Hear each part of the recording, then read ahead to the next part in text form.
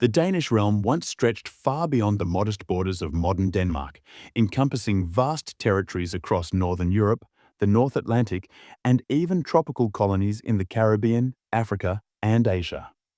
This is the remarkable story of how a small Scandinavian kingdom built one of history's most enduring maritime empires, wielded influence across continents, and shaped the political landscape of northern Europe for over a millennium.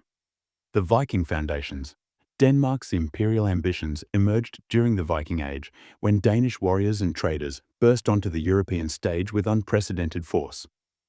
Unlike the popular image of disorganized raiders, the Danes developed sophisticated military organizations and state structures that would serve as the foundation for centuries of expansion.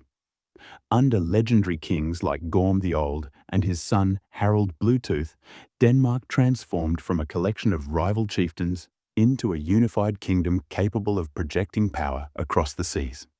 The Danish Vikings didn't merely raid, they conquered and settled. They established the Danelaw in England, controlling much of the island's eastern territories.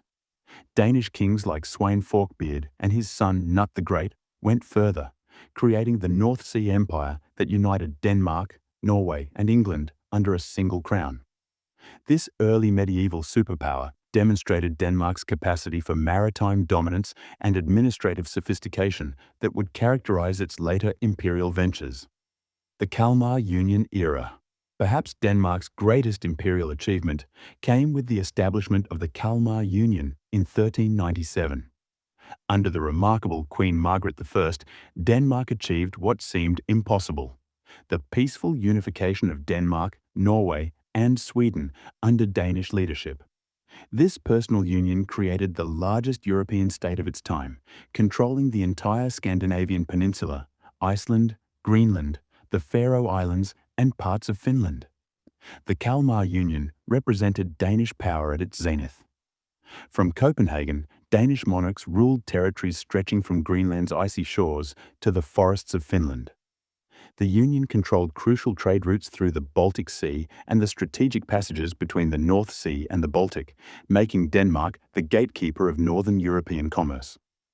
The sound dues, taxes levied on ships passing through the Øresund Strait, filled Danish coffers and financed further territorial ambitions. However, maintaining control over such diverse territories proved challenging. Sweden, with its own strong nobility and economic interests, chafed under Danish dominance. Despite periodic Swedish rebellions, Denmark managed to maintain the union for over a century through a combination of military force, diplomatic marriages, and economic incentives.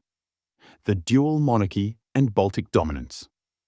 After Sweden's final break from the Kalmar Union in 1523, Denmark reorganized its remaining territories. The Danish-Norwegian Union that emerged would last until 1814, creating one of Europe's most stable and long-lasting political entities. This dual monarchy controlled Norway, Iceland, Greenland, and the Faroe Islands, while Denmark proper included the duchies of Schleswig and Holstein, extending Danish influence deep into German territories.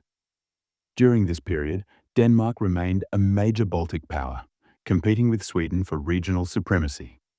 Danish kings like Christian IV, 1588 to 1648, pursued aggressive expansionist policies, founding new cities, establishing trading companies, and launching Denmark's first colonial ventures.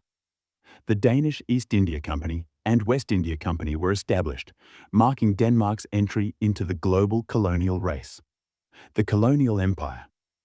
While maintaining its European territories, Denmark built a modest but significant colonial empire.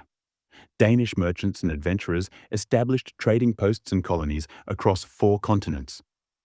In the Caribbean, Denmark acquired St. Thomas, 1672, St. John, 1718, and St. Croix, 1733, creating the Danish West Indies.